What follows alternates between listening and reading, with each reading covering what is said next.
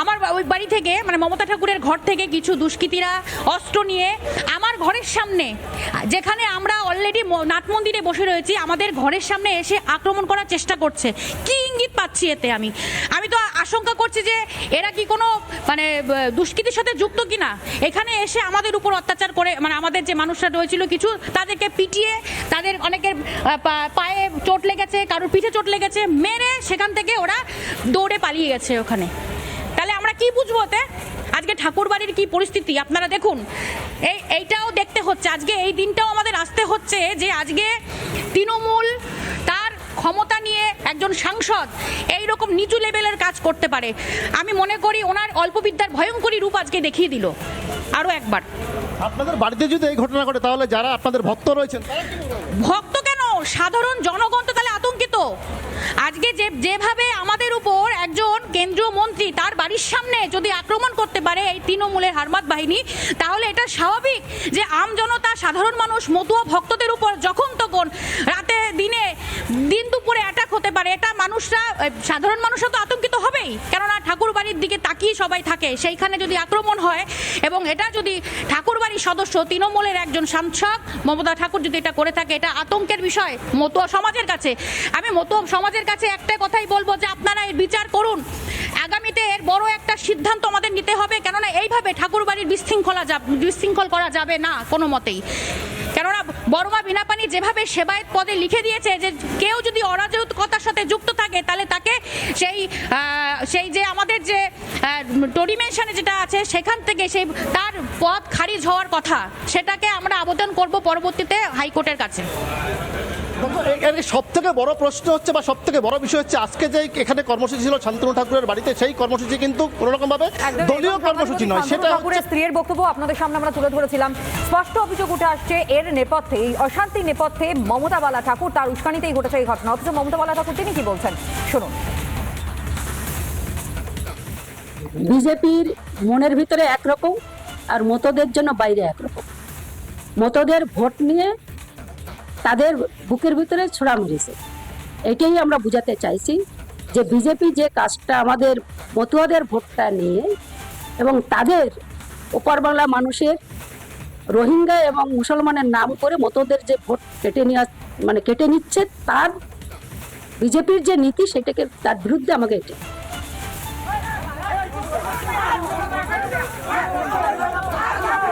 ঠাকুর বাড়ির যে ভয়ঙ্কর পরিস্থিতি সেই ছবি আপনাদের সামনে আমরা তুলে ধরলাম। অশান্তিতে জড়িয়ে পড়ে একদিকে শান্তনু ঠাকুরের অনুগামীরা এবং অন্যদিকে মমতা বালা ঠাকুরের অনুগামীরা। সূত্রপাত হয় বাংলাদেশের দীপু দাসের খুনের ঘটনা এবং সেই ঘটনার প্রতিবাদ করতে গিয়েই বাধা সৃষ্টি করা হয়। আরও একবার টিটপ তোমার কাছে ফিরবো। টিটপ,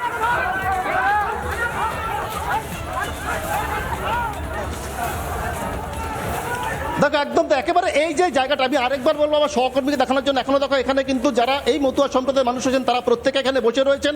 এখানে আরেকবার একটু যাবো, অর্থাৎ আরেকজন মতুয়া সম্প্রদায়ের মানুষ রয়েছেন। দাদা, এমন ঘটনা কেন ঘটলো? আপনারা তো বাংলাদেশের যে দীপু দাসকে যেভাবে হত্যা করা হলো নৃশংসভাবে, আপনারা তার প্রতিবাদ করছিলেন, আজকে কোনো রাজনৈতিক কর্মসূচি ছিল না? আমাদের কোনো রাজনৈতিক কর্মসূচি ছিল না।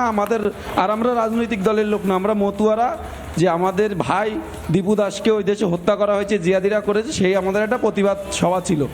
আমরা ওখানে সভা করা অবস্থায় আমরা হঠাৎ দেখলাম যে এখানে ঠাকুরমশাইয়ের এখানে ধস্তাধস্তি হচ্ছে এবং ঠাকুরমশাইকে কয়েকটা দুষ্কৃতী, মমতা বালা ঠাকুরের কয়েকটা দুষ্কৃতী এসে ঠাকুরমশাইয়ের উপরে ঝাঁপিয়ে পড়েছে। আমরা প্রতিরোধ করেছি, সেটা আমাদের ঠাকুরমশাইয়ের যে কিছু হোক সেটা আমরা চাই না। তাই জন্য তারা আমাদের কিছু লোককে মেরে আমাদের লোককে কিছু লোক কতটা আতঙ্কে আছে? আমরা কোনো আতঙ্কে না। আতঙ্কে কিসেরা? আমরা তো তাদের সঙ্গে গন্ডগোল করতে যাইনি, তারা যেচে এসছে আমাদের কাছে গন্ডগোল করতে। আমরা কোনো আতঙ্কতে নেই। উনি অনেক কেস দিয়েছে, অনেক আমরা কেস খেয়েছি। আজকের থেকে না, অভিষেক ব্যানার্জির থেকে উনি কেস দিয়েছে।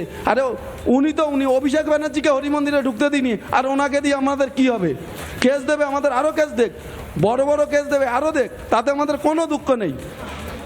অর্থাৎ তুমি শুনতেই পেলে আরেকবার কিন্তু পুরোটা কিন্তু আরেকবার যারা এই মতুয়া সম্প্রদায়ের মানুষ রয়েছেন তারা প্রত্যেকে কিন্তু একটাই কথা বলছেন, অর্থাৎ এই জায়গাটা কেন এই পরিস্থিতি হবে, ধর্মীয় যে জায়গা আমি আরেকবার দেখাবো, অর্থাৎ এই জায়গাটা ঠিক এখানটায় কিন্তু যেই ঘটনা ঘটে, অর্থাৎ এই যে প্রতিবাদ কর্মসূচি, যেমন একদিকে হিন্দু সনাতনী অর্থাৎ বাংলাদেশে দীপু দাসকে নৃশংসভাবে খুনের ঘটনার প্রতিবাদে এখানটায় কিন্তু এই শান্তনু ঠাকুরের নেতৃত্বে মতুয়া সম্প্রদায়ের মানুষ তারা প্রত্যেকে এখানটা ছিলেন। অন্যদিকে এই রাস্তা ধরে ঠিক মমতা ঠাকুরের নেতৃত্বাধীন যারা এই মুহূর্তে আমাদের সঙ্গে রয়েছেন মমতা ঠাকুর, সব থেকে বড় প্রশ্ন যেটা উঠে আসছে যে দীপু দাসকে কেন্দ্র করে এই বিক্ষোভ এবং সেখানে গিয়ে আপনার যারা অনুগামীরা তারা প্রতিবাদ করে, মারধর করে, যে কারণের জন্য সংঘর্ষ ছবিটা সামনে আসে। অভিযোগটাকে আপনি স্বীকার করছেন? আপনার কাছে আমি প্রশ্ন করি, দীপু দাসকে আমরা তো জানি না, এইটা আপনার কাছে নতুন শুনলাম আমি এই নামটা। না, বাংলাদেশে যে হিন্দু যুবককে পিটিয়ে পুড়িয়ে খুন করা হয়েছে সেই দীপু দাসের সম্পর্কে আপনি জানেন না? মানে দীর্ঘদিন ধরে তো খবরেও আসছে, আপনি দেখেননি? না না, আমি সেটা বলছি না। তার সঙ্গে এইটার সঙ্গে কি সম্পর্ক? আপনি যে বলছেন দীপু দাসের সম্পর্কের কথা, ঠাকুরবাড়ির সঙ্গে এইটার সম্পর্ক না, আমি হিন্দু, আপনি হিন্দু, মতুয়া ভাই বোনেরা সবাই হিন্দু। যদি কেউ পথে নামে প্রতিবাদে, তাহলে তাকে সমর্থন করা যায় না? শুনুন, ঠাকুরবাড়িতে যেটা হয়েছে তার সঙ্গে দীপু দাসের সঙ্গে সম্পর্কটা কি? ঠাকুরবাড়িতে মতুয়ারা গেছিল শান্তনু ঠাকুরের কাছে যে 1 লক্ষ লোক সেখানে তারা ভোটার কার্ডের থেকে যদি কেটে যায় তাদের তাহলে ওর কোনো কিছু আসে যায় না। তার ভক্তরা আজকে এতদিন ধরে টাকা নিয়ে সিএতে অ্যাপ্লাই করেছে, টাকা নিয়ে আজকে হিন্দু কার্ড দিয়েছে, তারা সেই ভক্তরা গেছিল তার কাছে জবাব চাইছে যে আমাদের ভোট কেটে গেলে তার জবাবটা আপনার কাছে চাই। তাহলে এর সঙ্গে আপনি ওটার সঙ্গে তুলনা করছেন কেন? আমরা হিন্দু আর তার সঙ্গে মেরেছে, তাদের যন্ত্রণা কি আমাদের নেই? কোন সন্তান যদি হিন্দুর সন্তান মারা যায় তাদের যন্ত্রণা আমাদের নেই? তার সঙ্গে ঠাকুরবাড়ির সঙ্গে সম্পর্কটা কি? এখানে আজকে তার কাছে চাইতে গেছিল শান্তনু ঠাকুরের কাছে জবাব চাইতে যে আপনি বলছেন 1 লক্ষ হিন্দু মতদের ভোট কেটে গেলে তার কোনো কিছু আসে যায় না। তার জন্য সেখানে তার কাছে মতরাই জবাব চাইতে গেল, তার উল্টে আজকে তার বিজেপি তাদের মেরে, তার সভাপতিকে এনে মেরে আজকে আজকে হসপিটালে তাদের ভর্তি, গোসাই পাগল তাদের মেরেছে। আজকে আপনি ওখান থেকে আপনি কোন কথা থেকে কোন কথা তুলনা করছেন? আপনি কি করে বাংলাদেশে দেবু দাসের সাথে আপনি ঠাকুরবাড়িতে আজকে মোটরে গেছে তার সঙ্গে কথা বলছেন? আচ্ছা, যখন এই ঘটনা ঘটছিল তখন আপনি নিজে তো উপস্থিত ছিলেন ঠাকুরবাড়িতে, তারপরেও তাহলে এই ঘটনা ঘটলো কেন? প্রথম কথা, আপনার সঙ্গে এই প্রশ্নটা আপনি করলেন কেন? আমার প্রশ্ন এখানে আপনার প্রশ্ন করা উচিত ছিল যে ঠাকুরবাড়িতে আজকে কারা এসেছিল, কি হয়েছে কি না হয়েছে, এটা আপনার প্রশ্ন করা উচিত ছিল। তাহলে একটা প্রশ্ন আমি ক্লিয়ার করি, সেটা হচ্ছে যে আজ শান্তনু ঠাকুরের ওখানে দীপু দাস খুনের ঘটনার প্রতিবাদ সভা হচ্ছিল। শান্তনু ঠাকুরের অনুগামীরা তারা সেখানে সবাই উপস্থিত ছিলেন, কিন্তু পরবর্তী সময় অভিযোগ আসে আপনার অনুগামীরা সেখানে যায় এবং রীতিমতন সংঘর্ষের চেহারা নেয়, ঝামেলা হয়, ধাক্কাধাক্কি হয়। সবটাই কি তাহলে ভুল? এটাকে বলার জন্য আপনি বলতে কোনো হামলা করতে যায়নি, টেলিকাস্ট হয়েছে, সেখানে কারা মার খেয়েছে, ভক্তরা গেছিল, তার কাছে জবাব চাইছে। আপনি বাংলাদেশের ওইটা টেনে নিয়ে এসলেন কেন? বাংলাদেশে কোথায় হিন্দুদের মেরেছে সে যন্ত্রণা আমাদেরও আছে, সেটা নিয়ে আমরা বিভিন্ন জায়গায় প্রতিবাদ করছি, কিন্তু আপনি আজকে ঠাকুরবাড়িতে যেটা হয়েছে তার সঙ্গে তুলনা করলেন কেন? প্রশ্ন করলেন কেন আপনি? তাহলে যারা প্রতিবাদ করছিলেন তারা কি কারণে করছিলেন? না, এটা কি অন্যায়? আপনার কাছে প্রশ্ন আমার, আপনার এটা কি অন্যায়?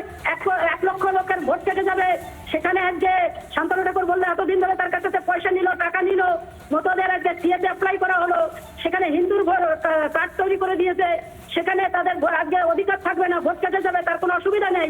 তার জন্য আজকে সেখানে জিজ্ঞাসা করতে গেছে, তার জন্য মার খেতে হলো, বিজেপির হাতে আজকে সেখানে বিজেপি সভাপতি মারলো, আর উল্টে আপনি হিন্দু বাংলাদেশের কথা টেনে নিয়ে এসেছেন আপনি যে একজন হিন্দু থাকলে আপনার কি অসুবিধা নেই? মানে যারা প্রশ্ন করতে গিয়েছিল তাদেরকে আপনি সমর্থন করছেন? কেন আমি সবটা সমর্থন করবো? এর সঙ্গে আমার সঙ্গে তুলে রাখছে, কেন আমি সমর্থন করতে যাবো? আপনি ঘুরিয়ে কথা বলছেন নাকি? বেশ, শান্তনু ঠাকুর বলছিলেন আপনি টার্গেট করছেন, এমনটাই কিন্তু ঠাকুরবাড়ি থেকে অন্তর্ভুক্ত অভিযোগগুলো সামনে উঠে আসলো। বেশ, ধন্যবাদ জানাই আপনাকে।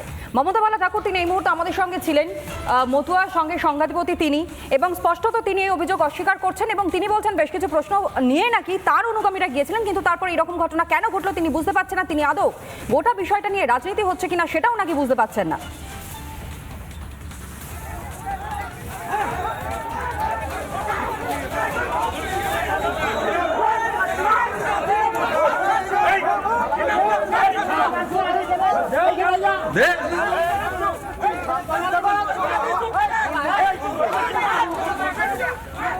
নানা ধরনের কন্টেন্ট দেখার জন্য লাইক করুন, শেয়ার করুন আমাদের ফেসবুক পেজ, সাবস্ক্রাইব করুন আমাদের ইউটিউব চ্যানেল। পাশাপাশি অন্যান্য ব্রেকিং নিউজের জন্য অবশ্যই চোখ রাখুন রিপাবলিক বাংলায়।